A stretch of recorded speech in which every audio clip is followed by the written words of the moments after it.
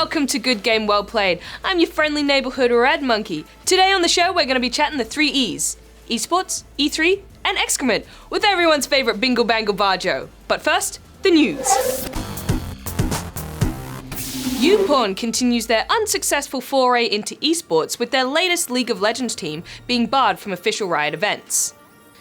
The official rules state that sponsorship from websites displaying or related to pornographic imagery or products may not be displayed by the players.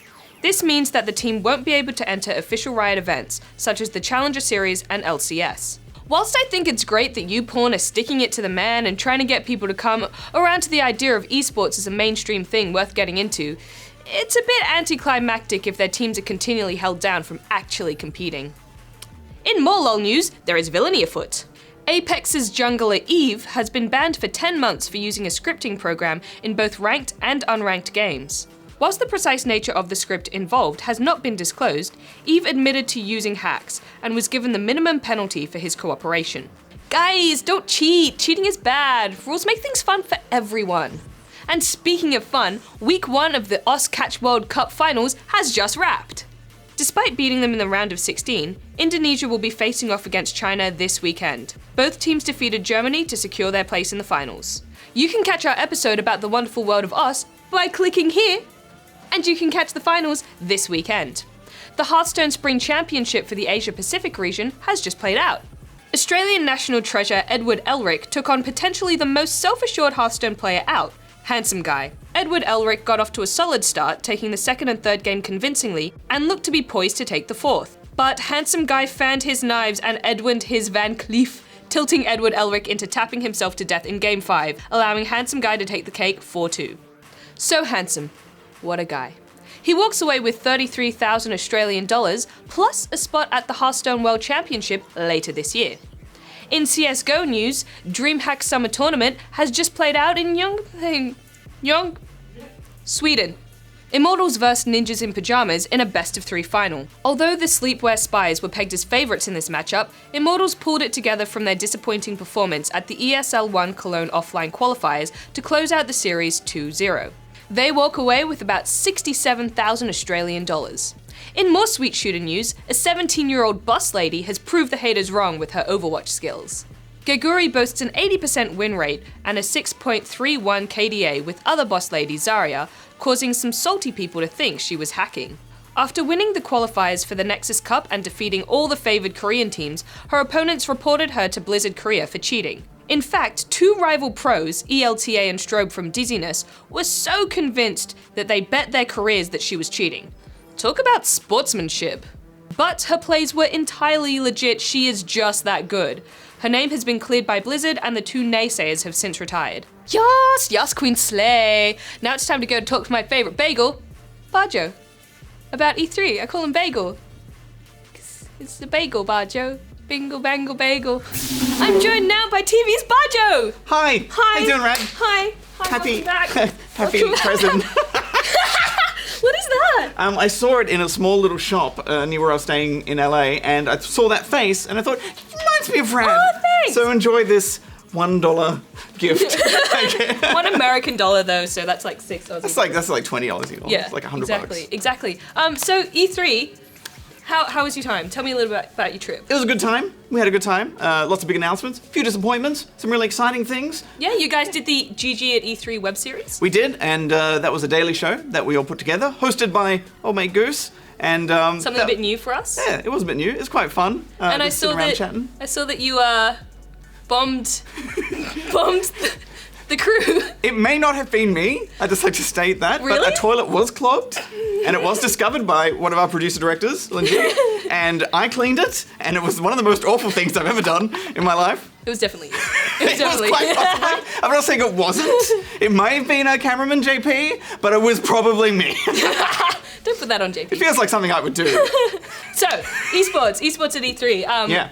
something that I don't think we generally see a lot of. We don't see a lot of esports announcements at E3, but this year there seemed to be quite a few. We had EA Play was kind of the big one. They spoke a lot about esports, and EA seemed to want to be doing a lot of things for esports in general as well. Yeah, they want a slice of that esports pie. But they're taking a very small slice. Well, their announcement was for like $1 million, which in esports terms is like nothing. You gotta start from somewhere though. I know. And it is Madden, which doesn't have worldwide appeal. Exactly. Like, I still don't quite understand what that sport is. I know it's people running into each other with pads on. We don't use pads over here in Australia, mate. We just rugby it right in the chest. But they actually had like a playoff thing happen at the event as well. Which was quite a big, like, for such a small, quick tournament, quite a lot of money. It was like 50,000 US prize pool, 20,000 to the winner. And they had the playoffs happening live at E3. Yeah. No one watching. No one was there. No one was because E3's happening. Let's go look at the new games. But yeah, EA are going to do some interesting things. They're doing like weekly competitions. They're going to do some big live events, some events on a global stage, and it's a little bit confusing, and we don't know all the details yet. But I mean, the thing is that they are going to be doing it. You know, and it's not just going to be Madden. They're going to do FIFA and other things, and maybe even Battlefield 1 or Timefall 2. There's kind of rumors of that too. So we just have to wait. And it's really exciting that they care. Yeah. That they're like, we want to make esports a thing. We're putting money into it. We're setting up tournaments. We're making it easier for players to set up their own tournaments as well. I'm excited about that. We should have a Madden tournament. We should have a Madden tournament. See who wins by default from just going AFK. But yeah, I like the idea of setting up your own community tournaments. I think that's really cool, and I think, you know, YouTubers and Twitchers will really get on that as well. That could be a really fun thing for them, and just for like people who want to play with their friends and see who is the best. And I think that community is such an important thing for esports. So like, they're taking the right steps. Yeah. Maybe not. I know we're ragging on Madden a lot, but really, like, maybe not with Madden. It's because we don't get it. We don't understand it. It's huge in It's America. because it's sports, actual sports. I like fake sports. Speaking of sports. Yes. Quake.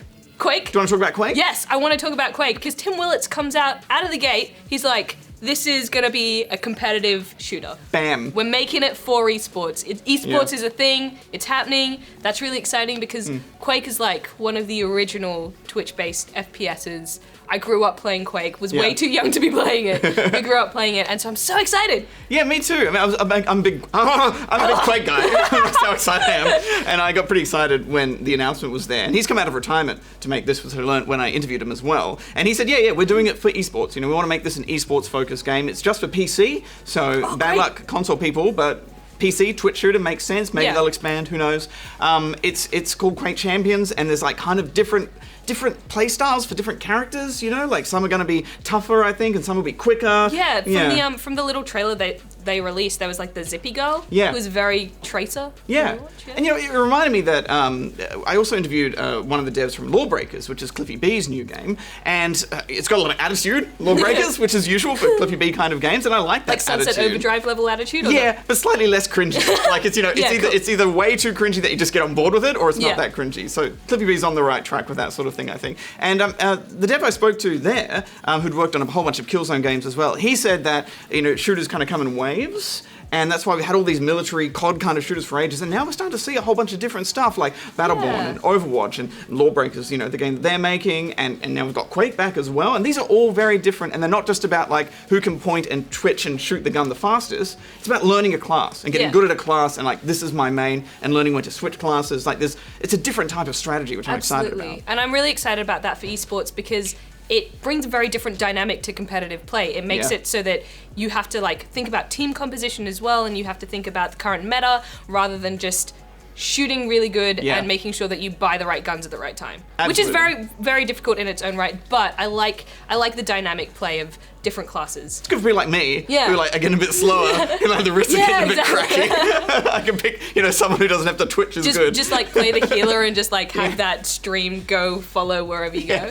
You don't even have to aim. You just like zoom off and help people. Or the big guy who can just sit there and go, I'm dead. So there are also quite a few new card games announced. We had Elder Scroll Legends and we had Gwent. Yes. What do you think in terms of those potentially becoming competitive? Can they knock Hearthstone off its card high horse? It's a pretty high horse. It is. Well, I haven't played Gwent.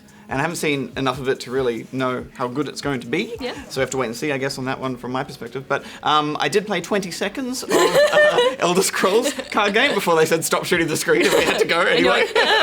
But like, I think there is space for more card games because I love Hearthstone. Yeah. But I'm so bad at it now because I refuse to play the meta game because I believe I can do it on my own and I cannot.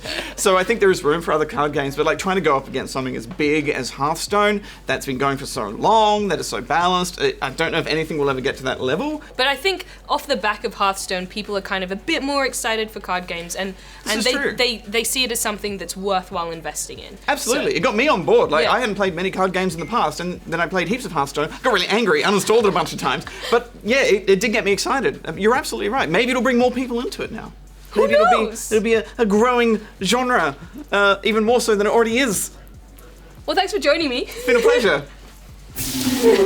Well, that is it for this week's episode of Well Played. If you have a game or event that you'd like to see covered, you can leave it in the comments below. Or if you want to be internet friends with me, you can tweet me at @UngHaradYo. Don't forget to subscribe to the new Well Played YouTube channel to keep getting all the esports news delivered right into your inbox. And if you want to see more of TV's Bajo, you can catch him on ABC2 Tuesdays at 8:30 p.m. on Good Game. Until next time, don't be toxic on the internet. Rat out!